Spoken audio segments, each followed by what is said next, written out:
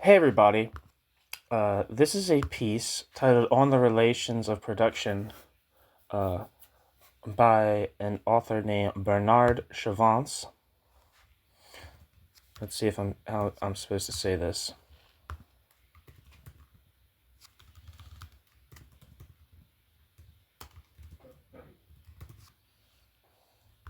Bernard Chavance.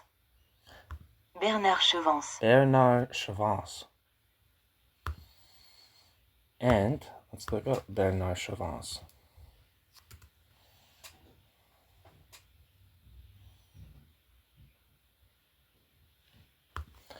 See if there's a Wikipedia for him.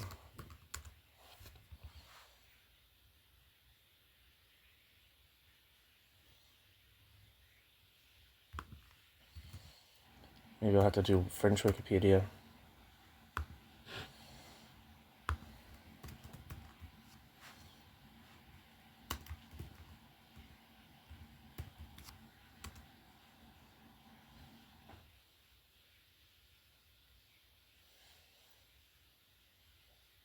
Man, I'm really not finding anything for him. Okay, so here we go. I'm reading this, actually, before I get started. I should say that I am reading this because it's mentioned in Marcel van der Linden's Western Marxism in the Soviet Union. What year is this piece from, actually?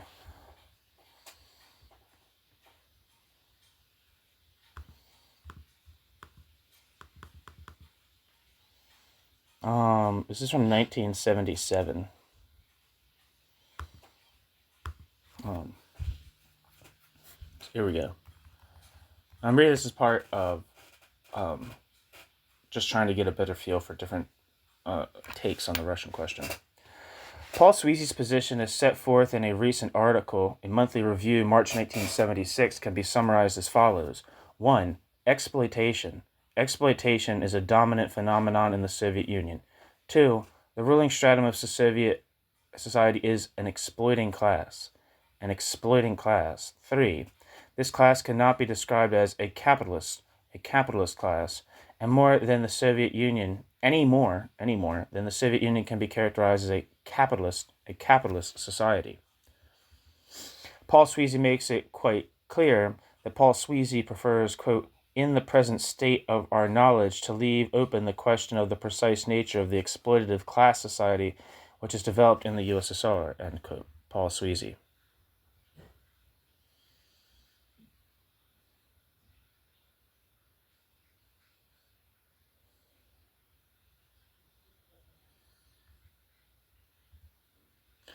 In our view, the acknowledgement of exploitation and the exploitative class character of the ruling stratum in the Soviet Union is of great theoretical and political importance. It makes it possible to proceed further in the debate concerning this crucial question and to focus the discussion on the last point. Quote, the precise nature of the exploitative class society which has developed in the USSR, end quote.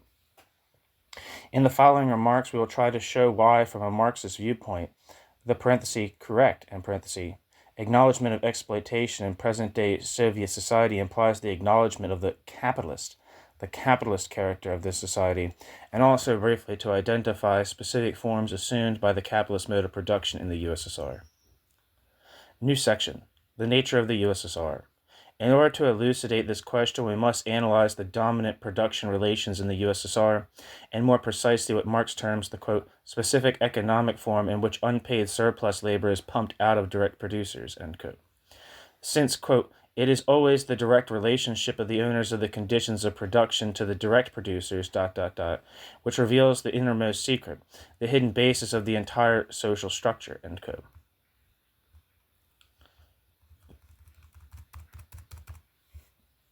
Let me I gotta duplicate this article so I can get to the footnotes.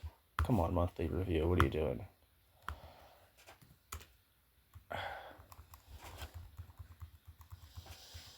I hate endnotes like poison. Footnote. Capital Volume 3. Marx adds, quote, this does not prevent the same economic base, the same from the standpoint of its main conditions due to innumerable different empirical circumstances, natural environment, racial relations, external historical influences, etc., from having infinite variations and gradations in appearance, which can be ascertained by the analysis of empirically given circumstances. End quote.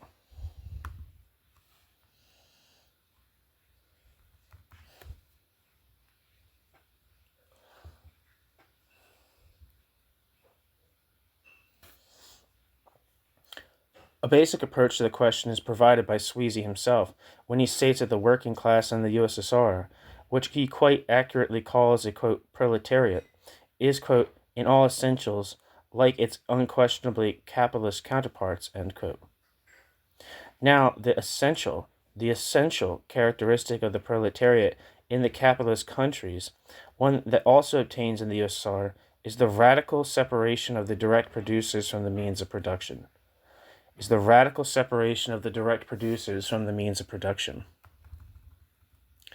A concrete analysis of Soviet society proves not only that this radical separation exists and is dominant in the society, but also that it is being continually reproduced, and becoming increasingly pervasive.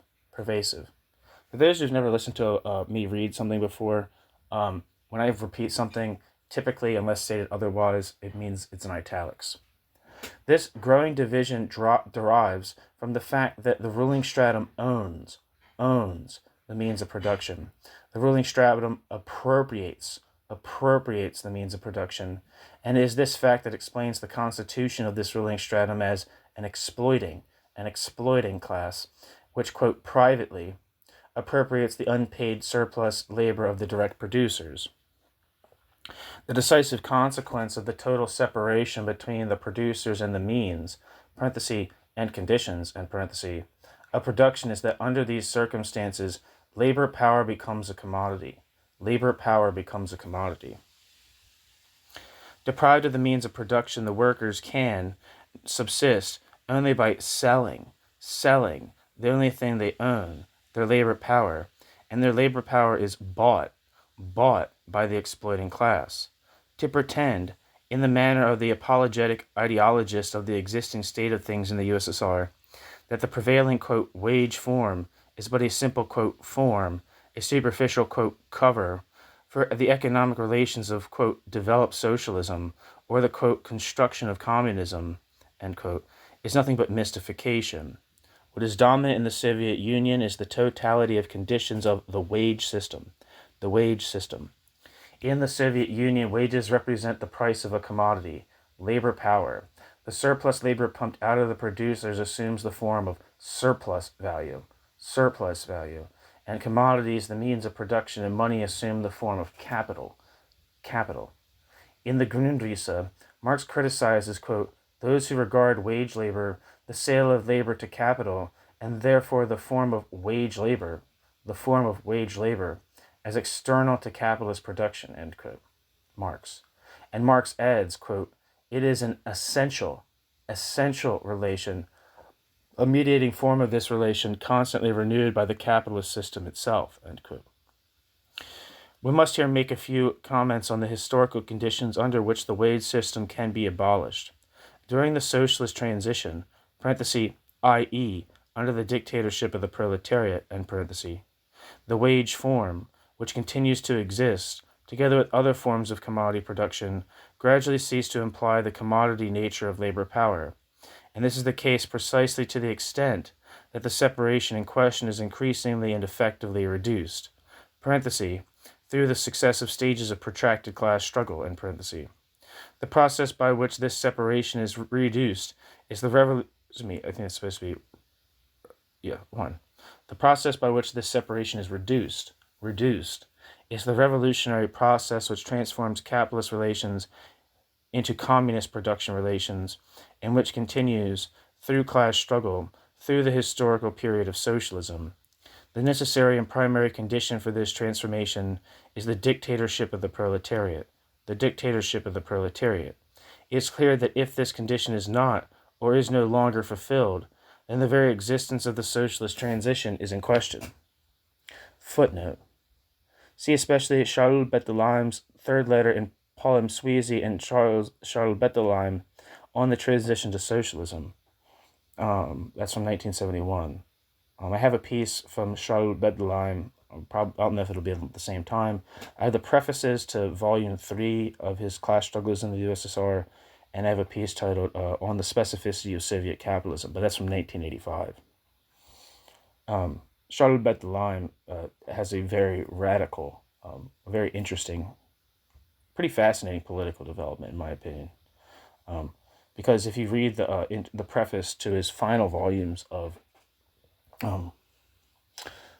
the Soviet of class struggles in the USSR, he definitely comes close to a council communist position, with perhaps more emphasis on the self activity of the peasantry in the USSR, as opposed to just like the working class, which is generally the case with council communist analyses of the USSR. Anyway, end footnote. The essential requirements of this transformation of the production relations are those that are being implemented, for instance, in China, parenthesis, in a contradictory manner, to be sure, for the class struggle continues, in parenthesis. And this is the weird thing. I don't know if Chavance, what Chavance's development is like, though, either, but he's like Bettelheim, he comes from like the Maoist version of Stalinism, but like I don't like, whereas Chavance goes into a more libertarian direction with it. I don't know what the case is with Chavance. I don't know his biography, but like kind of a very much a romanticization of China, and like it's kind of a whitewashing of the content of the so-called Great Proletariat Culture Revolution. The essential requirements of this transformation of the production relations are those that are being implemented, for instance, in China, parenthesis, in a contradictory manner, to be sure, for the class struggle continues, in parenthesis. Transformation of industrial management in the direction of increasing control over central planning by the producers. Transformation of the direct relationship between worker and machine in the direction of increasing mastery over the technological and social process of production in the workshop, in the production unit, and eventually in society itself. Transformation of the initial socialist forms of cooperation between the enterprises in the direction of effective socialization of overall production. Transformation of the most rudimentary communist relations in the direction of the resolution of the contradictions between manual work and intellectual work, and between town and countryside. This immense movement, this revolutionary upheaval, which represents a turning point in the history of humanity, is in many respects only beginning in China. In the final analysis, however, it must resolve itself into what Marx calls the restoration, in a new historical form, of the union between the producers on the one hand and the means and conditions of production on the other, a union which capitalism has severed. Footnote. See Marx, Value, Price, and Profit. Marx states that the so-called, quote, original accumulation means nothing but a series of historical processes resulting in a decomposition of the original union, existing between the laboring man and his means of labor, end quote. Marx adds, quote, the separation between the man of labor and the means of labor, once established, such a state of things will maintain itself and reproduce itself upon a constantly increasing scale until a new and fundamental revolution in the mode of production should again overturn it and restore the original union in a new historical form, end quote. Marx, Value, Price, and Profit. And footnote. It should be emphasized that during the socialist transition,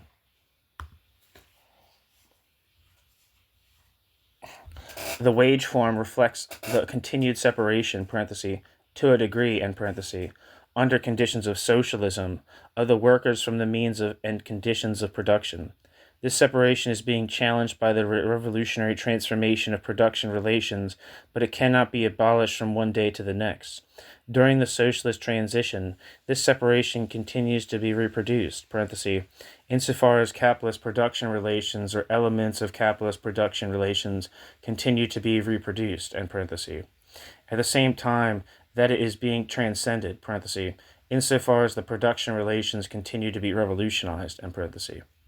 The socialist transition, to paraphrase a formulation which Marx uses in analyzing the transition from the feudal to the capitalist mode of production, has the task of transforming the formal domination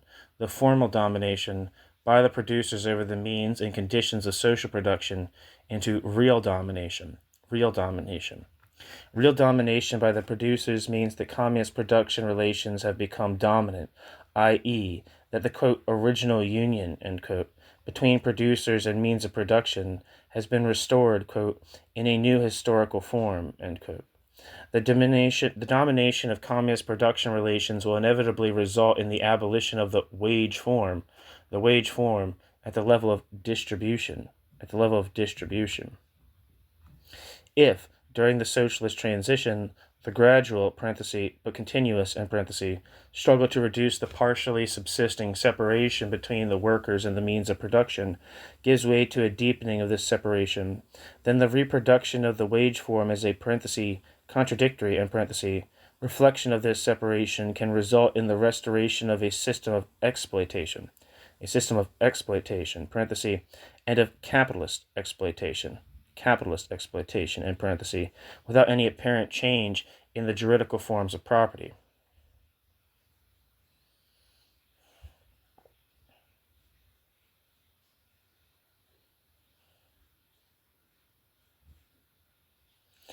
In this connection, it is necessary to call attention to the importance of recent theoretical developments in China, based on an assessment of the history of the Soviet Union and on an evaluation of the experience of class struggle in China under the dictatorship of the proletariat. A remarkable article by Yao Wan Yuan makes it quite clear that if the class struggle is not pursued under socialism, if, for instance, bourgeois rights with respect to distribution and exchange are not systematically restricted, capitalist ideas will gain currency, the society will become increasingly polarized, and the established socialist forms may begin to deteriorate. Let's see if I can find anything for this person.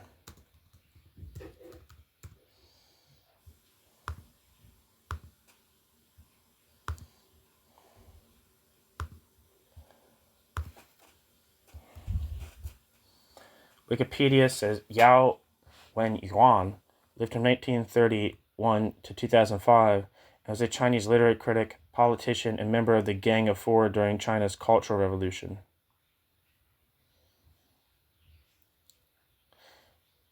I'll read more because it's not very long.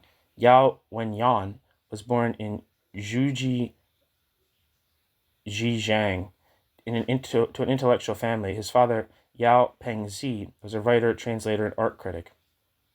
Yao Wenyuan began his career in Shanghai as a literary critic, where he became known for his sharp attacks against colleagues, such as in June 1957 against the newspaper Wenhui Bao. Since that time, Yao Wenyuan began to closely collaborate with leftist Shanghai politicians, including the head of the city's propaganda department, Zhang Changchui.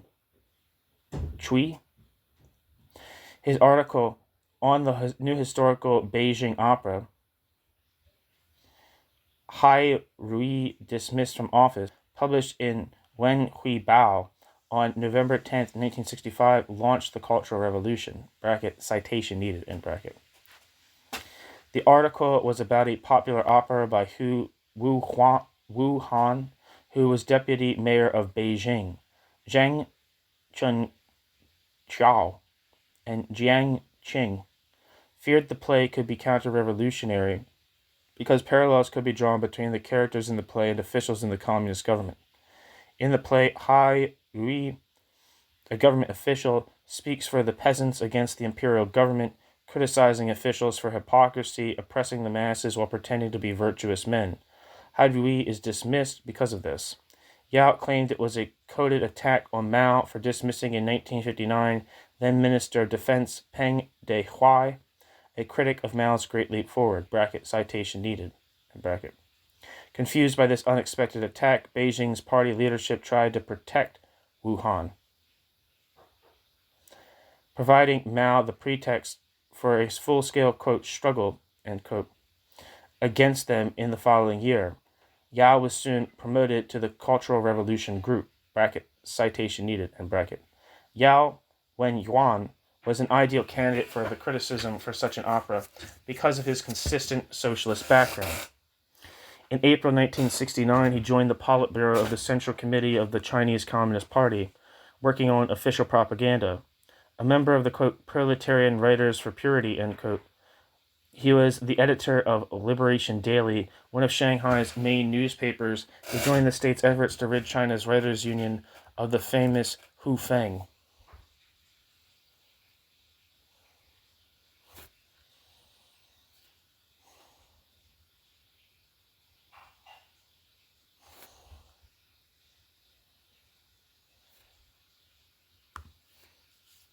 I think there's a documentary on Hu Feng. It might be another guy, but I'm not sure. But he spent like years in prison for like literary activity. On October 6, 1976, Yao Wen Yuan was arrested for his participation in the Cultural Revolution and sentenced to 20 years imprisonment in 1981. He was released on the 5th of October 1996 and spent the remainder of his life writing a book and studying Chinese history. He lived in Huzhou and Shanghai and became the last surviving member of the Gang of Four after Zhang Chunchuai died in April 2005. According to China's official Xinhua news agency, Yao Wen Yuan died of diabetes on December 23, 2005, age 74.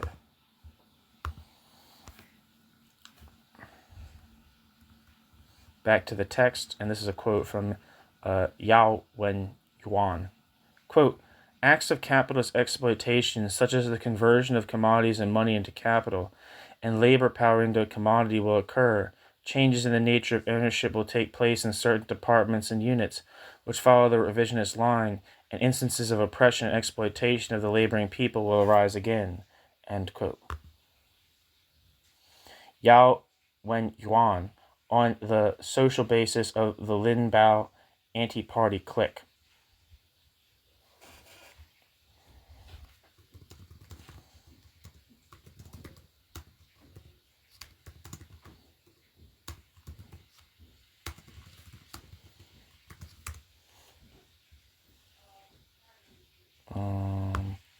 Seeing if there's any kind of description of this book.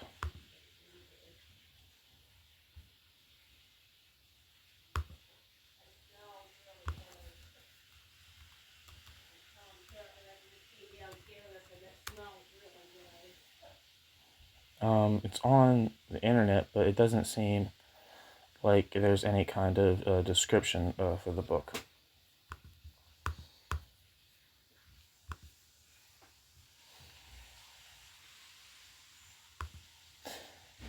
Back to the text and footnote.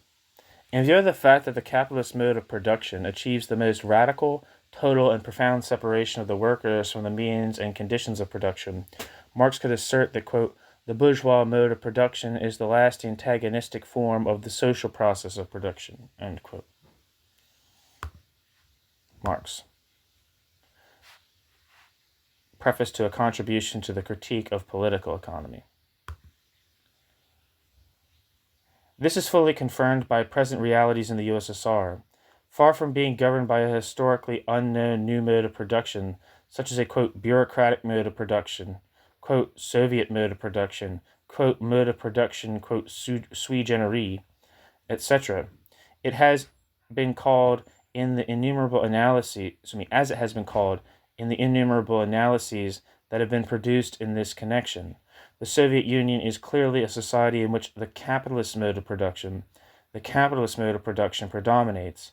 Consequently, the dominant class is in fact a capitalist class, a bourgeoisie. A concrete analysis of the Soviet reality reveals numerous overt or disguised manifestations of capitalist production relations. The most striking is surely the restoration after the 1965 economic reforms of profit as the objective and principal criterion of industrial activity and production in general. Are they the Kosygin reforms? So we just return to.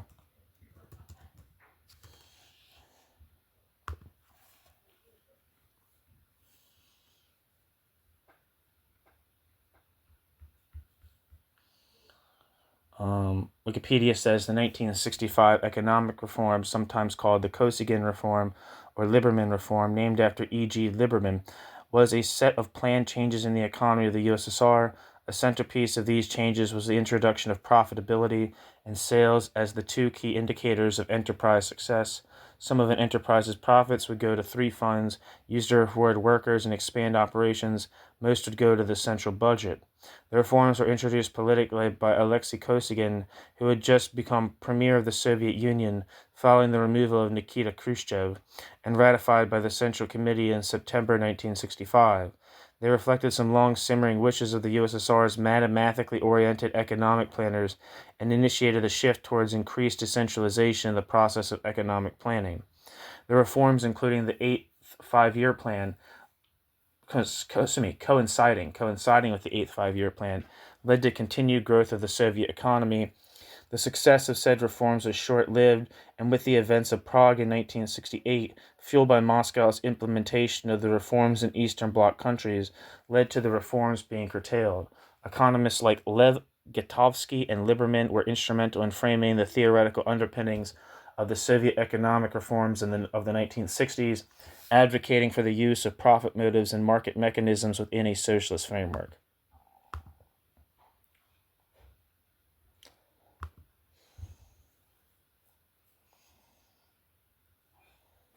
Back to the text.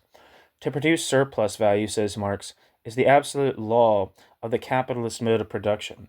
This gives the lie to the propagandistic assertions concerning, quote, production to satisfy the needs of the people, end quote, unless, of course, one believes, following the neoclassical bourgeois economists and the theoreticians of economic reform in the USSR, both of whom strangely seem to speak the same language, that if each enterprise pursues the objective of realizing a maximum profit, the society as a whole will automatically achieve, quote, general prosperity.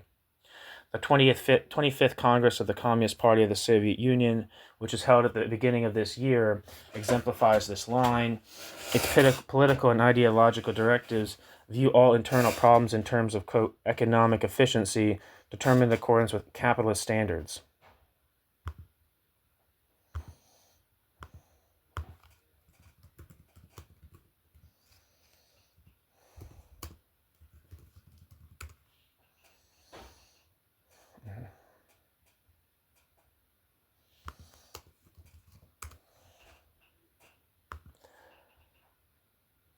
Wikipedia says the 25th Congress of the Communist Party of the Soviet Union set in Moscow from February 24th to March 5th, 1976. Met in Moscow from February 24th to March 5th, 1976. General Secretary Leonid Brezhnev greeted 4,998 Soviet delegates and representatives from 96 foreign countries. Among communist-ruled nations, only the People's Republic of China and Albania did not send representatives. The Congress itself produced few surprises, with the main emphasis placed on the stability of the political and economic situation and the prospectus of continued success in the future.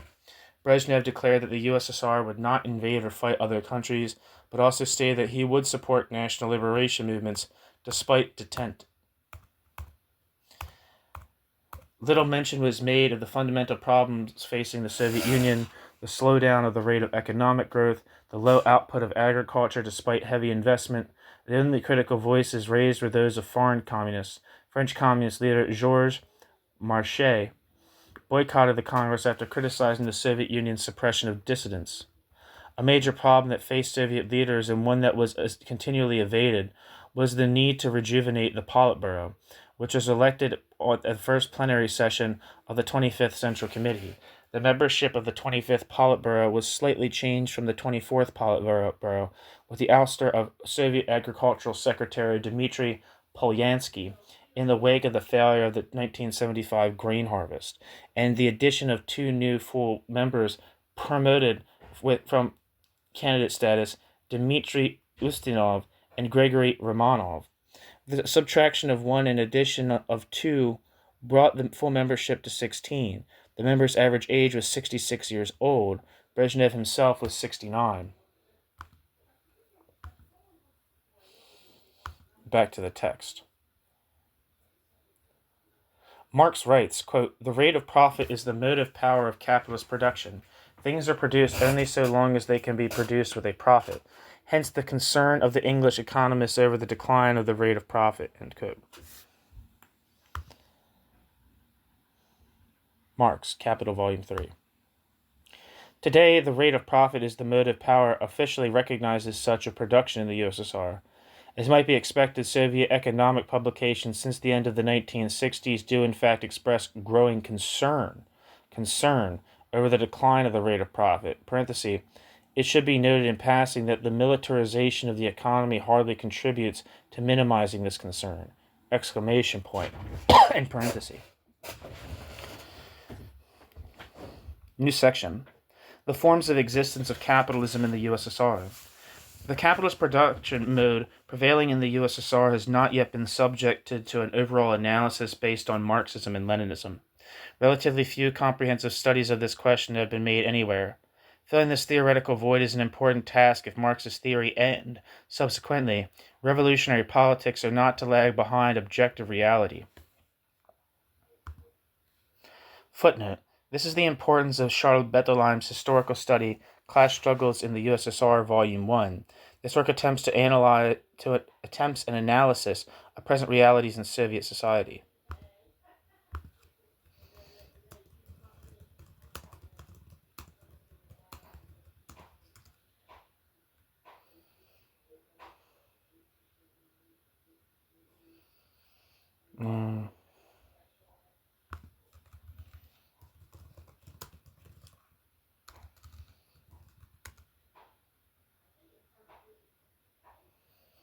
I don't know if this is still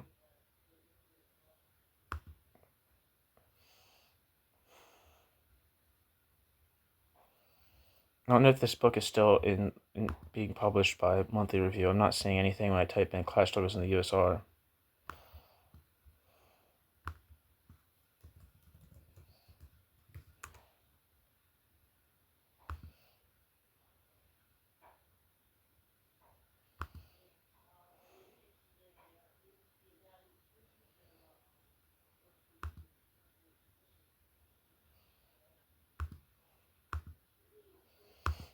Yeah, I'm not seeing anything, so I guess they no longer publish it.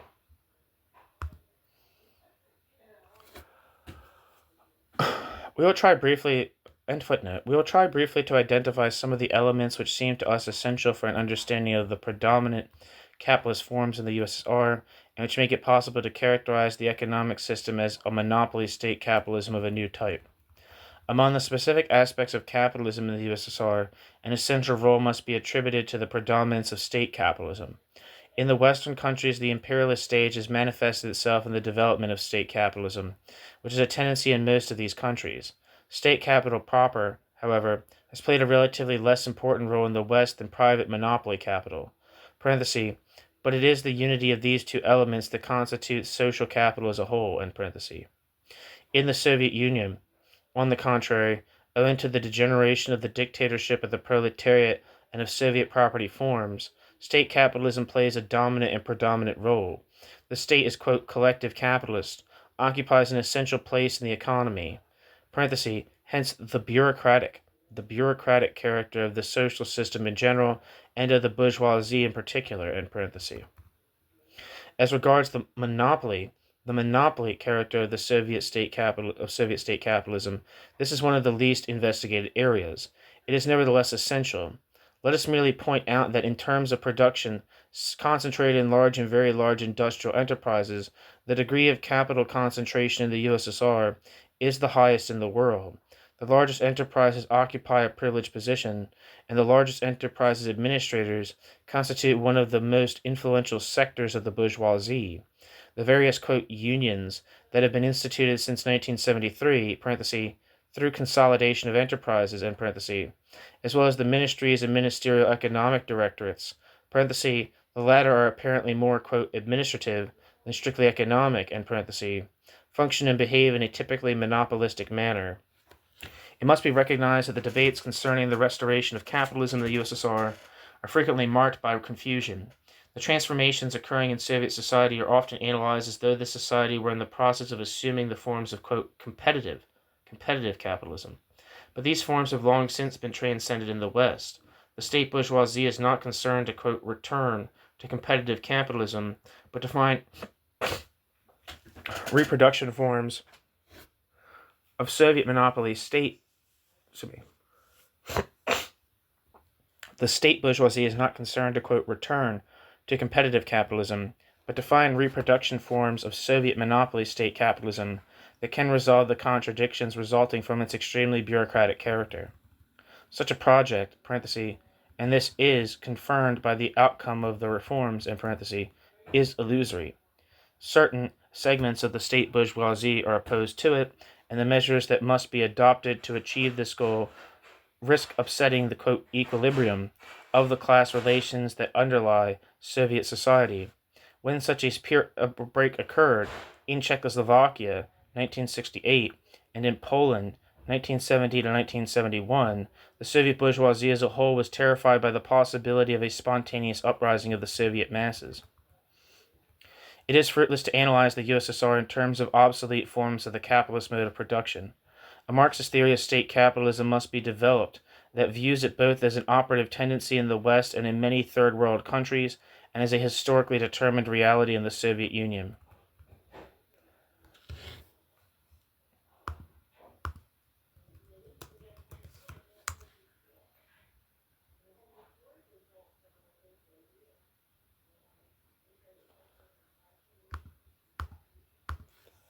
In this sense, Ross Gandy's notion, Monthly Review, March 1976, which Paul Sweezy commends, that the ruling class in the USSR, quote, might someday succeed in sanctioning by law its de facto ownership of the means of production, end quote, i.e. restore, quote, private juridical ownership of the means of production, is very debatable, for it overlooks the specific operative character of state capitalism.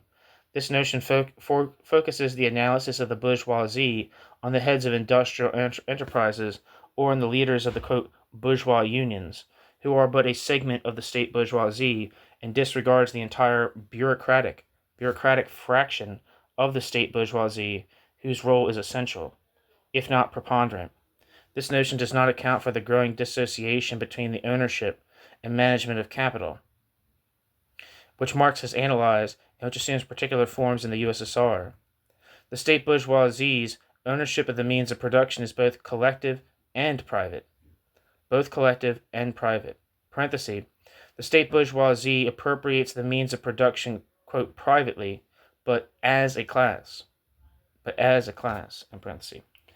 And, this is actually kind of an interesting thing because I feel like one of the discoveries of...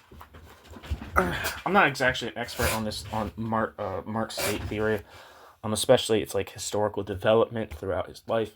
But to my understanding, and I've never read this, so take what I'm saying with a grain of thought, but it seems like one of the central findings of Marx's critique of Hegel's philosophy of right is that whereas Hegel, to my understanding at least, views the state as like a reconciler of like a heterogeneous interest within the society, and has kind of a universal sort of function. It is a place where citizens are like recognized and see the state as their state, and see themselves as like part of the state in some sort of sense. And the state, I'm not exactly sure, I'm fucking botching that, but the idea appears to be that the state is kind of like this universal embodiment of like people, at least in its like ideal form. What Marx seems to say is that the state as such is not universalist or universal or collective. The state, in fact, is fundamentally private in character. It's not private in the same sense as, say, like private property, but it is a particularist alien separation of human powers that oppresses human powers. Um, it's the bourgeois state. If you just think of like the bourgeois state, for instance, not in its form, not depending on whether who or does not have power, is a bourgeois state de facto, based on its commitment to um, you know, bourgeois property rights, um, which of course in a capitalist mode of production uh, mask the substantial domination that occurs beneath the veneer of um, a wage laborer entering into a free contract with an employer. Um, so it's really, it doesn't seem like particularly crazy for anyone to say that the Soviet state um, is private. That's a very I think it's a very interesting injunction or interjection into this discussion that I haven't really seen before.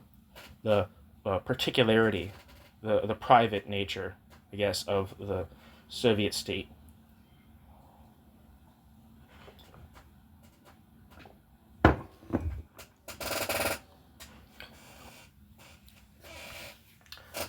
The state bourgeoisie's ownership of the means of production is both collective and private. Parenthesis. It appropriates the means of production, quote, privately, but as a class. In parenthesis. Capital is managed at different levels by men who are, parenthesis, in Marx's term, in parenthesis, functionaries of bureaucratic capital as a whole.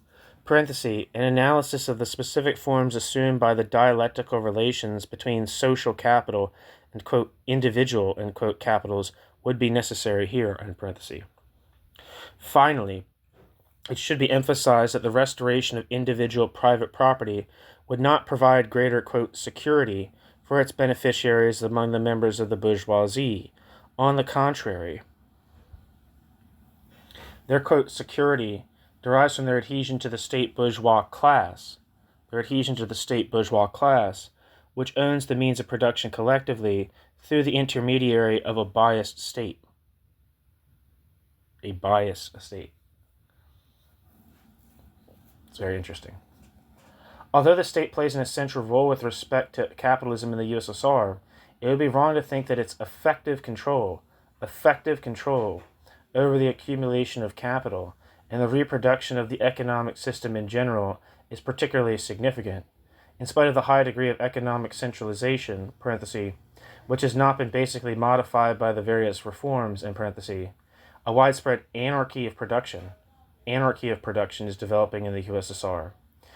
Its origin lies in the contradictory unity of competition, and monopoly, which Lenin refers to in his analysis of imperialism. Monopoly and competition, to be sure, assume specific forms in the USSR, but monopoly and competition nevertheless exist. For the past several years, Soviet economists have been debating the long-term tendency of investment efficiency to decline. The debate has lifted a corner of the veil that masks the realities of the Soviet economy. Their studies, parenthesis, many of which have not been published, end parenthesis, based on statistics that are normally kept secret, reveal the importance of economic fluctuations, and particularly of recessions in the Soviet economy, viewed in terms of a tendency of the rates of economic growth to fall relatively. These rates are nevertheless higher, if military production is included, than those of Japan and most Western countries, except the Federal Republic of Germany.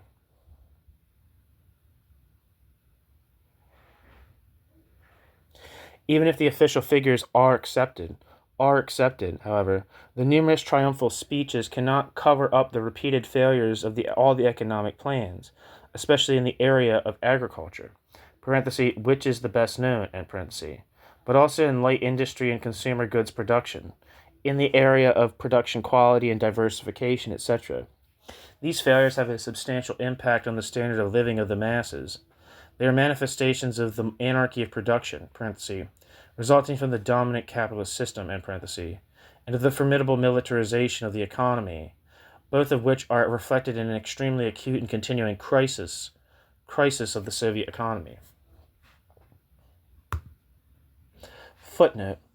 We are unable to develop this point because of space limitations, but it bears on one of the essential essential characteristics of capitalism in the USSR.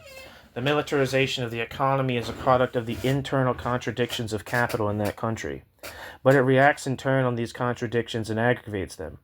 At the same time, it gives a particular character to the Soviet Union's expansionism in the world. This expansionism is itself a product of the internal contradictions of the Soviet superpower. The forms of Soviet expansion, penetration, and domination in the world are also specific forms, which may vary depending on whether they concern the Comecon countries, the countries of the Third World, or the imperialist countries. These specific forms justify the use of the term social imperialism.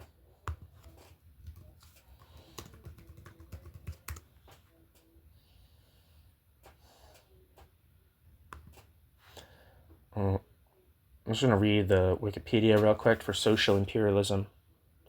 As a political term, social imperialism is the political ideology of people, parties, or nations that are, according to Soviet leader Vladimir Lenin, quote, socialist in words, imperialist in deeds, end parenthesis.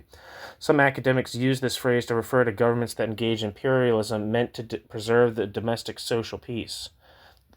The term, quote, social imperialism is a Marxist expression typically used in a derogatory fashion. The phrase was first used in Marxist circles during the 20th century discussions on the position of the international workers' movement towards the impending European war, and particularly in regard to the Social Democratic Party of Germany. In this context, it is very similar to, but not interchangeable with, the terms social chauvinism and social patriotism. In the later decades, the most significant use of the phrase has been in the Maoist critique of the Soviet Union.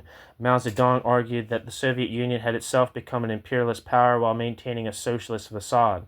Albanian leader and ally Enver Hoxha, I think that's how you say his name, agreed with Mao in this analysis, before later using the expression to also condemn Mao's Three Worlds theory and amid the Sino-Albanian split. The term has also been used by left-wing academics, especially in regard to modern German history. The academic use of the phrase is usually to describe governments that engage in imperialism meant to preserve the domestic social peace. The left-wing German historian Hans-Ulrich Wehler has defined social imperialism as, quote, the diversion outwards of internal tensions and forces of change in order to preserve the social and political status quo, end quote, and as a, quote, defensive ideology, end quote, to counter the, quote, disruptive effects of industrialization on the social and economic structure of Germany, end quote. In Wehler's opinion, social imperialism was a device that allowed the German government to distract public attention from domestic problems and preserve the existing social and political order. Wehler argued that the dominant elites used social imperialism as the glue to hold together a fractured society and to maintain popular support for the social status quo. Wehler argued German colonial policy in the 1880s was the first example of social imperialism in action, and was followed up by the Tirpitz Plan for expanding the German Navy starting in 1897.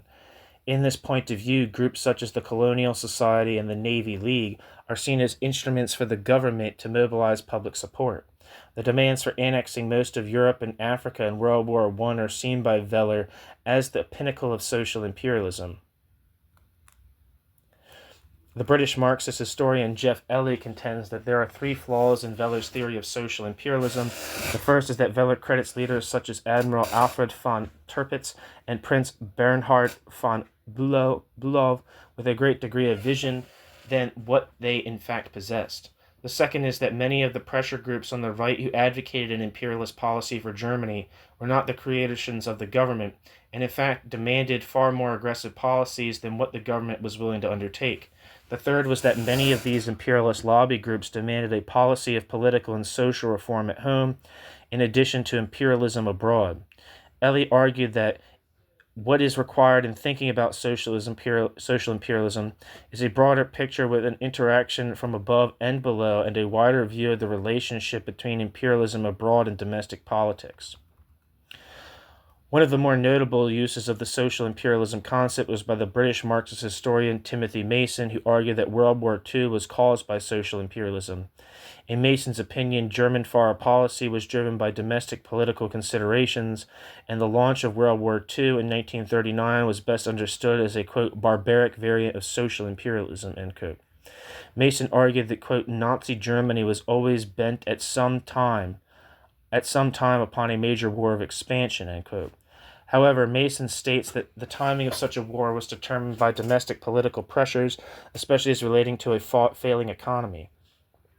According to Mason, by 1939, the, quote, overheating of the German economy caused by rearmament, the failure of various rearmament plans caused by the shortages of skilled workers, industrial unrest caused by the breakdown of German social policies, and a sharp drop in living standards for the German working class, forced Hitler into going to war at a time and place not of his choosing. Mason contended that, when faced with the steep socio-economic crisis, the Nazi leadership had decided to embark upon a ruthless, quote, smash-and-grab foreign policy of seizing territory in Eastern Europe, which could be pitilessly plundered to support living standards in Germany. Mason described German foreign policy as driven by an opportunistic, quote, next victim, end quote, syndrome after the Anschluss, in which the, quote, promiscuity of aggressive intentions, end quote, was nurtured by every successful foreign policy move. In Mason's opinion, the decision to sign the German-Soviet non-aggression pact and to attack Poland, and with it risking a war with Britain and France, was an abandonment by Hitler of his foreign policy program outlined in Mein Kampf and Zweites Buch, and was forced on Hitler by the need to seize and plunder territory abroad in order to prevent the collapse of the German economy. Mason's theory of World War II was an act of social imperialism, and as a sudden, quote, flight into war, end quote, into 1939, was to involve him in the 1980s in a debate with the British historian Richard Overy. Okay, so, thank you for letting me look that up.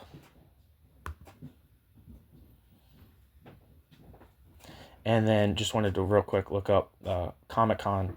The Council for Mutual Economic Assistance was an economic organization from 1949 to 1991 under the leadership of the Soviet Union that comprised the countries of the Eastern Bloc along with a number of socialist states elsewhere in the world. The descriptive term was often applied to all multilateral activities involving members of the organization rather than being restricted to the direct functions of Comic-Con and its organs. This usage was sometimes extended as well to bilateral relations among members because in the system of communist international economic relations, multilateral accords, typically of a German nature, tended to be implemented through a set of more detailed bilateral agreements. Comic-Con was the Eastern Bloc's response to the formation in Western Europe of the Marshall Plan and the OEC, which later became the OECD. Back to the text and footnote.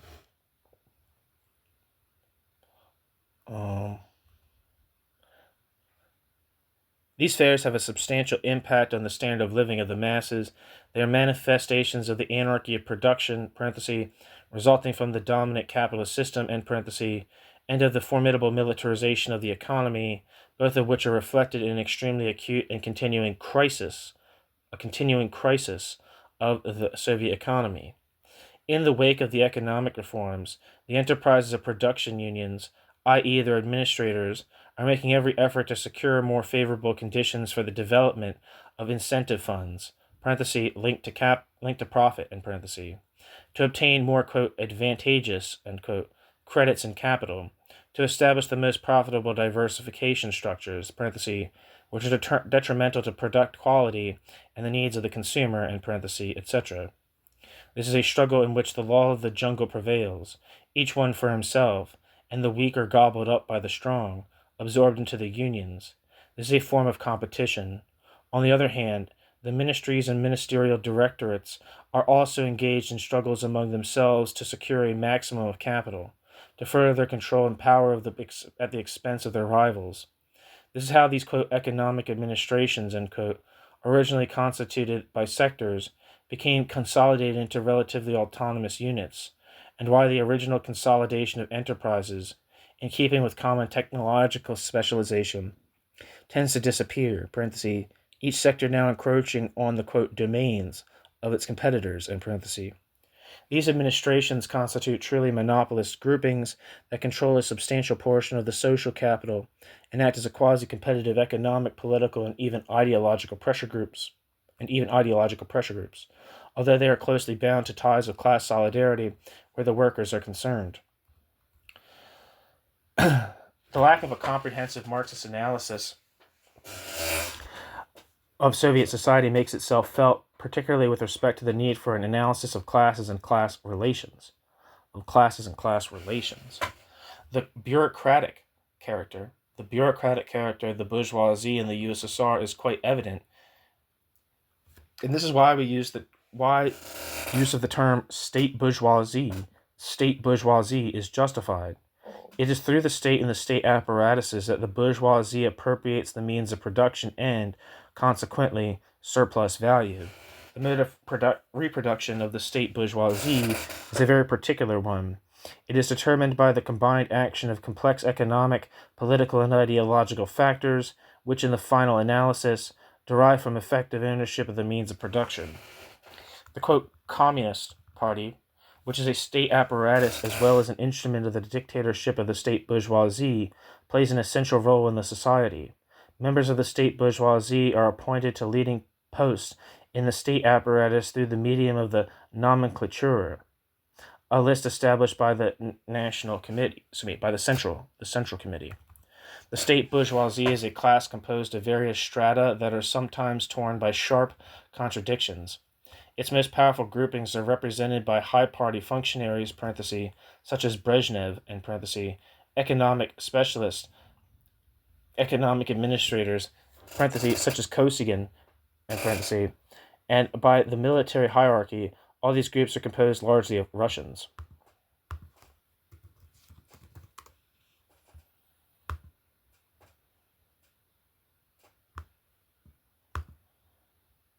And just wanted to read real quick the Wikipedia introduction for Alexei Kosygin.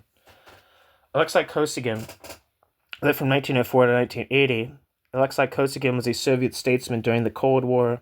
Alexei Kosygin served as the premier of the Soviet Union from 1964 to 1980 and was one of the most influential Soviet policymakers in the mid-1960s, along with General Secretary Leonid Brezhnev. Kosygin was born in the city of St. Petersburg in 1904 to a Russian working-class family. Kosygin was conscripted into the Labor Army during the Russian Civil War, and after the army's demobilization in 1921, he worked in Siberia as an industrial manager. Kosygin returned to Leningrad in the early 1930s and worked his way up the Soviet hierarchy. During the Great Patriotic War, parenthesis, World War II, in parenthesis, Kosygin was tasked by the State Defense Committee with moving Soviet industry out of territories soon to be overrun by the German army. Kosygin served as Minister of Finance for a year before becoming Minister of Light Industry, parenthesis, later Minister of Light Industry and Food, in parenthesis. Stalin removed Kosygin from the Politburo 1 year before his own death in 1953, intentionally weakening Kosygin's position within the Soviet hierarchy. Stalin died in 1953, and on the 20th of March 1959, Kosygin was appointed the position of chairman of the State Planning Committee, parenthesis, Gosplan, in parenthesis. A post Kosygin would hold for a little more than a year. Kosygin next became first deputy chairman of the Council of Ministers. When Nikita Khrushchev was removed from power in 1964, Kosygin and Leonid Brezhnev succeeded him as premier and first secretary, respectively. Thereafter, as a member of the collective leadership, Kosygin formed an unofficial triumvirate, parenthesis, also known by its Russian name, Troika, in parenthesis, alongside Brezhnev and Nikolai Podgorny, the chairman of the Presidium of the Supreme Soviet, the government that governed the Soviet Union in Khrushchev's place. During the initial years following Khrushchev's ouster, Kosygin initially emerged as the most prominent figure in the Soviet leadership. In addition to managing the Soviet Union's economy, he assumed a preeminent role in its foreign policy by leading arms control talks with the U.S. and overseeing relations with Western countries in general. However, the onset of the Prague Spring in 1968 sparked a severe backlash against Kosygin's policies, enabling Leonid Brezhnev to decisively ellipse Alexei Kosygin as the dominant force within the Politburo. While he and Brezhnev disliked one another. Alexei Kosygin remained in office until being forced to retire on the 23rd of October 1980 due to bad health. Alexei Kosygin died 2 months later on the 18th of December 1980. Back to the text. The party leadership both reflects and arbitrates conflicts of interest between the central bureaucratic group and the local bureaucratic groups, as well as those between the central and local bureaucratic groups, and those strata of the monopolist bourgeoisie which administer the industrial enterprises. These conflicts are particularly acute in the area of economic reform. The efforts of the reformers to decentralize the economy were almost defeated by very influential segments of the dominant class. Parenthesis, those who held essentially administrative economic power, strongly opposed by the reformers on grounds of, quote, efficiency, end parenthesis.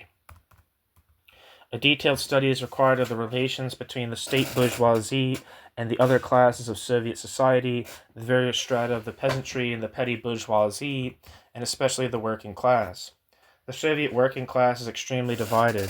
Its situation is very complex. It is subject to particularly harsh and worsening conditions of exploitation, parenthesis, and depression, end parenthesis, but also enjoys certain advantages, most of which were secured during the period when the USSR was in transition towards socialism, i.e., they are the fruits of past struggles and which the state bourgeoisie has not yet been able or willing to call into question.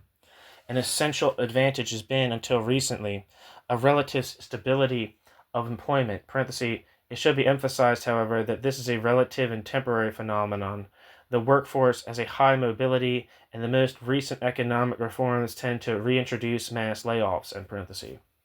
In some respects, parenthesis, wages, access to higher education, etc., end parenthesis, certain strata of the working class are relatively privileged in relation to large segments of the petty bourgeoisie.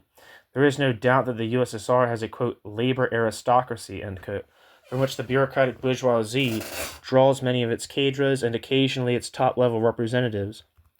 Hence the division of the working class, hence also the division between the working class and other strata or classes of the Soviet people, and these divisions are actively promoted by the state bourgeoisie and are one of the foundations of its domination. This situation reinforces the illusion of the, quote, leading role of the working class, end quote, that has been fostered by revisionist ideology. Among the specific traits of Soviet society, we should mention the question of ideology. The question of ideology. The form assumed by bourgeois ideology in the USSR is connected with the history of Soviet society and with the origin of the state bourgeoisie. It expresses itself under the guise of Marxism and Leninism. This ideology is modern revisionism. Modern revisionism. One of the things that I was going to say is that this seems also important for Bettelheim too, right? This because he wrote 3 books on the Soviet Union, which are in chronological order. 4 books on the Soviet Union, which are in chronological order. Class Struggle in the Soviet Union, Volume 1. Class Struggles in the Soviet Union, Volume 2. And then Class Struggles in the Soviet Union, Volume 3, which is about the 30s. There has a first book which is titled The Dominated, and then the next book is about the Dominators, and the next book titled The Dominators is about the ideology and the politics of the I don't know if Bettelheim uses these same words, but the state bourgeoisie.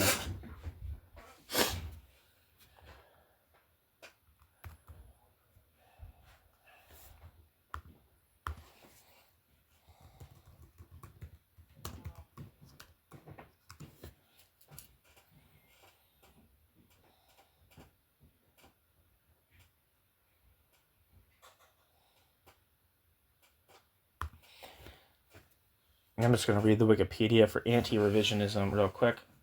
Anti-revisionism is a position within Marxism-Leninism which emerged in the mid-1950s in opposition to the reforms of Soviet leader Nikita Khrushchev, when Khrushchev pursued an interpretation that differed from his predecessor Joseph Stalin. Anti-revisionist within the international communist movement remained dedicated to Stalin's ideological legacy and criticized the Soviet Union under Khrushchev and his successors as state capitalist and social imperialist. During the Sino-Soviet split, the Communist Party of China, led by Mao Zedong, the Party of Labor of Albania, led by Enver Hoxha, and some other communist parties and organizations around the world denounced the Khrushchev line as revisionist. Mao Zedong first denounced the Soviet Union as revisionist at a meeting in January 1962. In early 1963, Mao returned to Beijing after a prolonged visit to Wuhan and Hangzhou and issued a call to combat domestic revisionism in China. A, quote, central anti-revisionist drafting group, end quote, was formally constituted by Kang Sheng and drafted anti-revisionist polemics, which was later personally reviewed by Mao before publication. The, quote, 9 articles emerged as the centerpiece of anti-Soviet polemics. Anti-revisionism would emerge as a key theme in Chinese foreign and domestic policies, reaching a peak during the 1966 Cultural Revolution. China friendship associations turned into anti-revisionist organizations, and Western Europe anti-revisionist splinter groups began to emerge, such as the Marxist-Leninist Communist Party of France, the Gripa Group in Belgium, and the Lenin Center in Switzerland, end parenthesis. In Beijing, the street where the Soviet embassy was located was symbolically renamed as, quote, anti-revisionism street, end quote. In the wake of the 1964 split in the Communist Party of India, the Communist Party of India, parenthesis, Marxist, will reject Soviet positions as revisionist, but the party did not fully adopt a pro-Chinese line. During Deng Xiaoping's reign in the late 1970s, anti-revisionist themes began to be downplayed in official Chinese discourses. The Chinese Academy of Sciences stated that the, quote, 9 articles had been wrong in focusing on the revisionism of the Soviet Union rather than the threats of Soviet hegemonism and expansionism.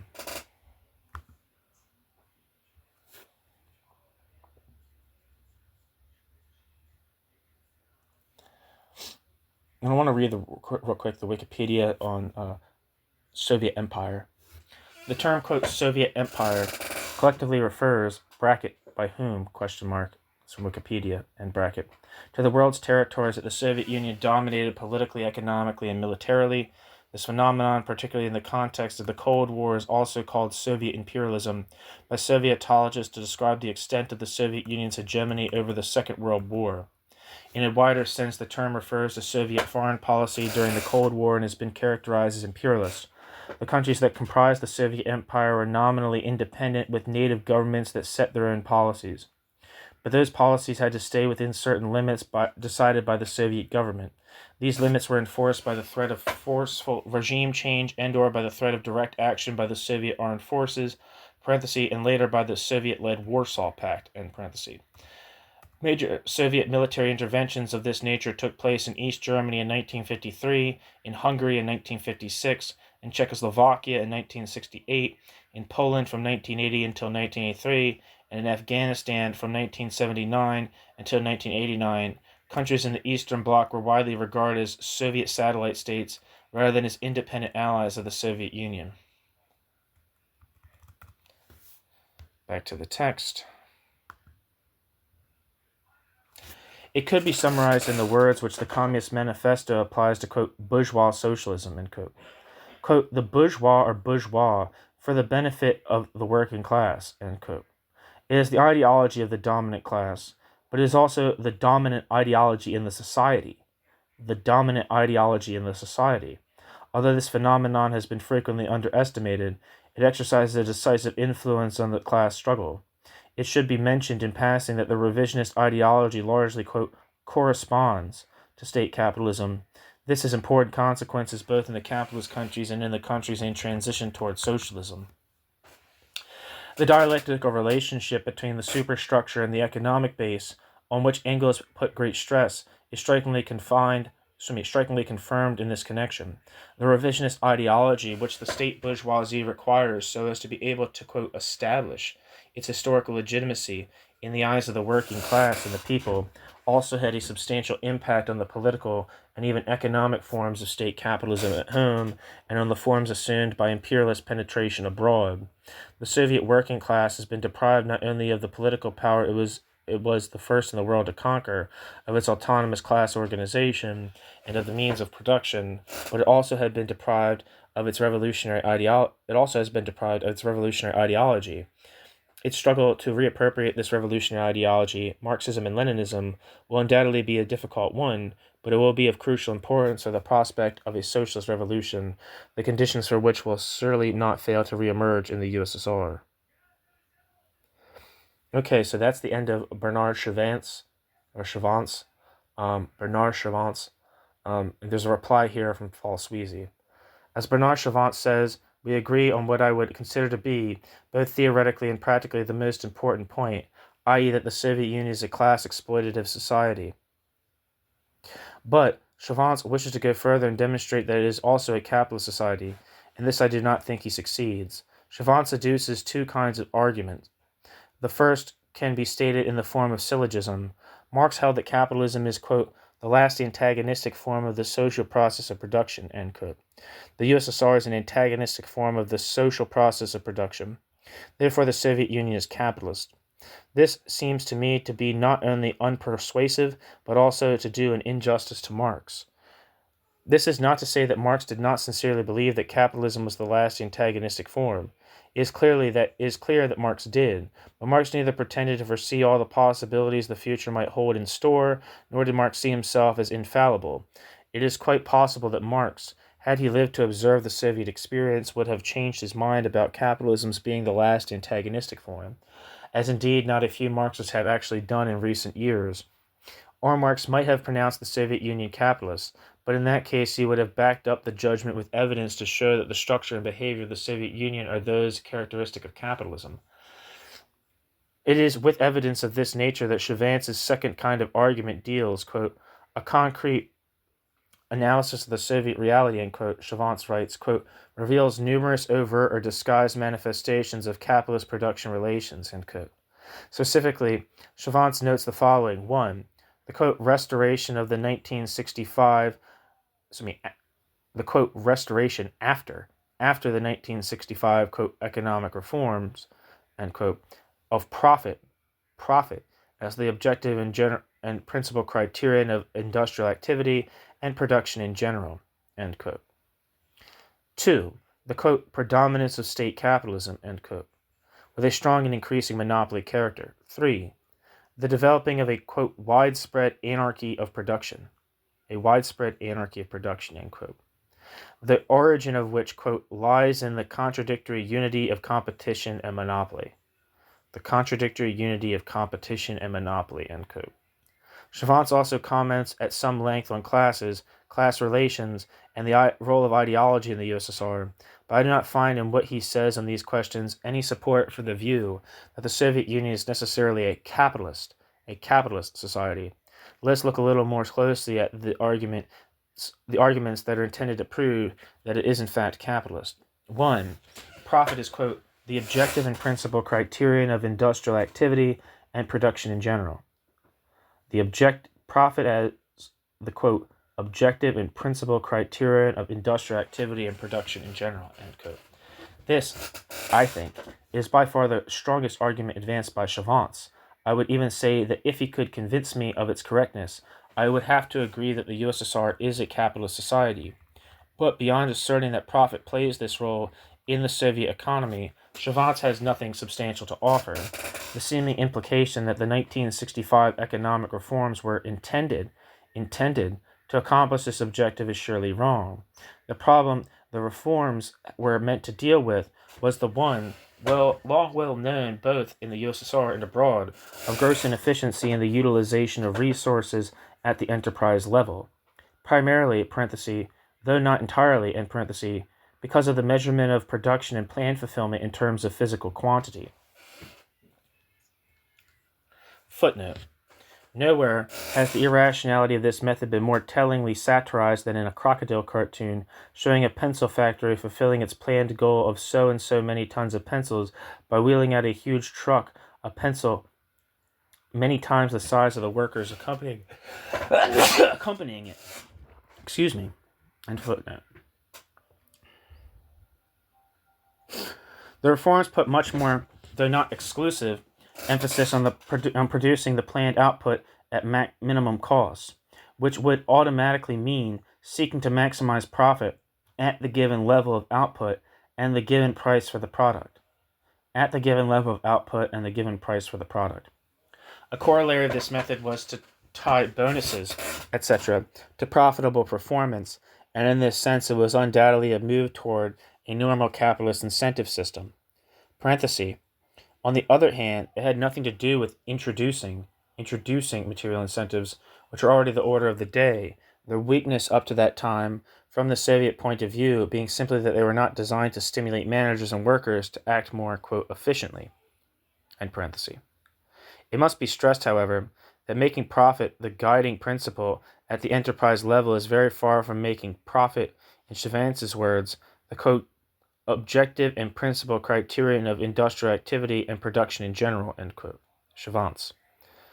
For the latter involves not only minimizing costs but also allocating investment, deciding levels of output and fixing prices. Under capitalism, all the main variables, whether they pertain only to the enterprise level or to larger sections up to and including the whole economy, are determined with varying degrees of interference, of course, by a system of markets in which all the actors are motivated by profit maximization. In contrast, under the Soviet system, according to all the studies I have seen, the basic decisions concerning the variables above the enterprise level are made by an administrative planning system in which maximization of profit plays at most a secondary and minor role. What I consider to be irrefutable proof of the correctness of this interpretation of the Soviet system is its long-standing pattern of resource allocation, which accords priority to heavy industry at the expense of agriculture and consumer goods. There is not the slightest doubt, in my opinion, that if profit had been the main consideration in determining, quote, industrial activity and production in general, end quote.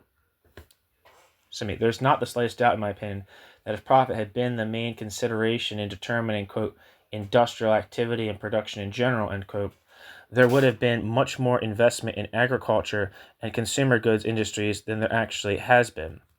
Ever since the first 5-year plan and continuing to this day, the Soviet, quote, model of economic development has differed radically from that historically followed by the industrially developed capitalist countries. How can this be explained if the USSR is indeed to be considered capitalist and profit is the dominant factor in the functioning of the economy? 2. Quote, predominance of state capitalism, end quote, with a strong and increasing monopoly character. Quote, predominance of state capitalism, end quote, with a strong and increasing monopoly character. If one starts from the premise that the Soviet Union is capitalist, it would be hard not to conclude that it is characterized by the predominance of state capitalism, since outside of agriculture almost all the means of production are state property. But the predominance of state enterprise can hardly be used to prove the capitalist nature of the system. Similarly, with respect to monopoly, the existence of a very high degree of concentration, which incidentally holds on the plant as well as on the enterprise level, proves nothing about whether the system is capitalist or not. 3. Quote, widespread anarchy of production, end quote, originating in the, quote, contradictory unity of competition and monopoly, end quote. Quote, widespread anarchy of production, end quote, originating in the, quote, contradictory unity of competition and monopoly, end quote. Marxists have always described capitalism as anarchic, not because capitalism fails to operate according to understandable laws, but because of capitalism's laws, such as capitalism's laws are outside the control of any human agency. When Chavance attributes anarchy of production to the USSR, I therefore interpret Chavance in a similar way. The Soviet Union claims to have a planned economy, but actually what happens is only partially and imperfectly determined by the plan, and as Chavance implies, the conformity to the plan may be diminishing with the passage of time. I agree with this, and I would explain the situation in good part by the fact that, aside from unavoidable imperfections and miscalculations in the plan, the Soviet citizenry, with negligible exceptions, are individualistically motivated, like the citizenry of capitalist countries, to promote their own private interests which is quite as likely to lead them to try to circumvent or thwart the plan as to conform to the plan. The result seems to be a kind of hodgepodge of administrative planning combined with a bewildering proliferation of markets ranging from legal and encouraged through semi-legal and tolerated to totally illegal, e.g., dealing in stolen state property, and protected by corruption, or sometimes savagely repressed by punishments up to and including the death penalty. This is not the place to discuss whether all this adds up to a system with intelligible and explainable laws of operation and motion. I will say only that I fail to see how it contributes anything to our understanding to call it capitalism. This is not to deny that the Soviet Union may be moving in the direction of capitalism, which, after all, does operate according to a certain logic, and which might well seem to some element of the Soviet state bourgeoisie to be preferable to the apparent chaos of the present situation. If Chavance and those who think like Chavance would start from this hypothesis and then seek to back it up not by empty formulas, but by examining the relevant facts, I would be most sympathetic to their undertaking. But the procedure actually followed by Chavance in the foregoing article seems to me unlikely to contribute usefully to our knowledge of Soviet society, its modus operandi, and where it is going. Let me conclude with a question. Why is it important to decide whether the Soviet Union is capitalist or not? It seems to me that the answer has to be that we know a lot about capitalism, especially from the work of Marx and his followers. If the Soviet Union is indeed a capitalist society, then this knowledge should be more or less directly applicable to the Soviet Union and should help us enormously in understanding the way it functions, its laws of motion, etc. If it is not a capitalist society, on the other hand, the task of understanding it is much more difficult, and we cannot be satisfied to transpose the categories and theories which have developed from the study of capitalism to the analysis of the mode of production, which of course includes circulation and distribution, that is dominant in the USSR. Now, I submit that what distinguishes capitalism is not only the existence of wage labor, i.e. the capital-labor relation, but also the division of capital into a multiplicity of units, each one seeking to expand both absolutely and relatively to others, whether their mutual relations are those of, quote, competition or, quote, monopoly, is important but still secondary, I believe it can be shown that all of what Marx called capitalism's, quote, laws of motion, end quote, depend in a crucial way on the underlying fragmentation of capital, and that it is in no way superseded or overcome by the kind of state, quote, planning which exists in even the most advanced capitalist countries of the West. Footnote. For a brief characterization of these laws, see Paul M. Sweezy's, quote, Marxian Economics, published in Monthly Review, December 1976. End footnote. Now, where the hell am I? I don't find back to where it was. It is these laws of motion, rooted in the heart of the capitalist relations of production, which of course include the capital-labor relation, which give to the economic base in capitalist society a degree of autonomy and dominance over the superstructure unprecedented pre-capitalist social formations. If this is correct, it means that in deciding whether the Soviet Union is capitalist or not, we must first of all determine whether the, quote, social capital, end quote, in this particular social formation is fragmented in the manner of the classical capitalist mode of production, or effectively unified under a central political authority, state, end parenthesis. If the latter turns out to be the case, we must not expect to be able to elucidate the trends and tendencies of Soviet economic development by utilizing the familiar laws of capitalism, absolute priority of accumulation, periodic overproduction, simultaneous growth of wealth at one pole and poverty at the other, falling tendency of the rate of profit, etc., Nor must we assume that in the Soviet Union the base exercises the same sweeping dominance over the superstructure as we find in the advanced capitalist societies. Instead, we must entertain the possibility that in this form of society, the superstructure, and in particular the ideological factor, has regained some of the relative potency characteristic of pre-capitalist social formations.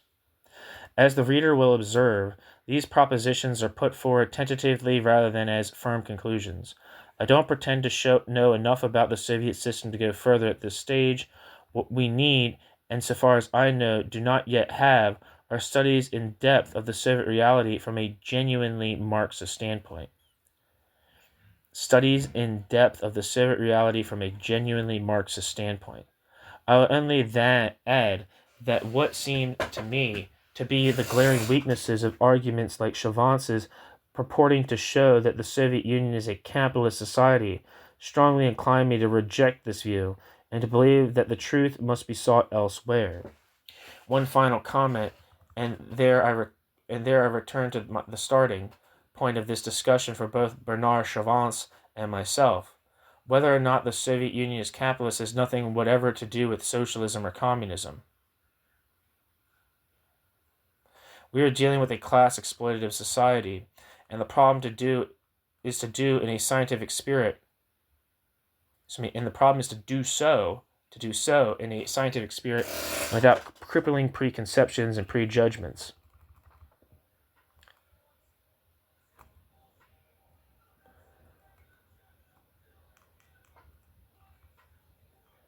And it ends with a little quote from Marx. Quote, "Since it is not for us to create a plan for the future that will hold for all time, all the more surely what we contemporaries have to do is the uncompromising critical evaluation of all that exists, uncompromising in the sense that our criticism fears neither its own results nor the conflict with the powers that be." End quote. Karl Marx. Thank you so much for listening.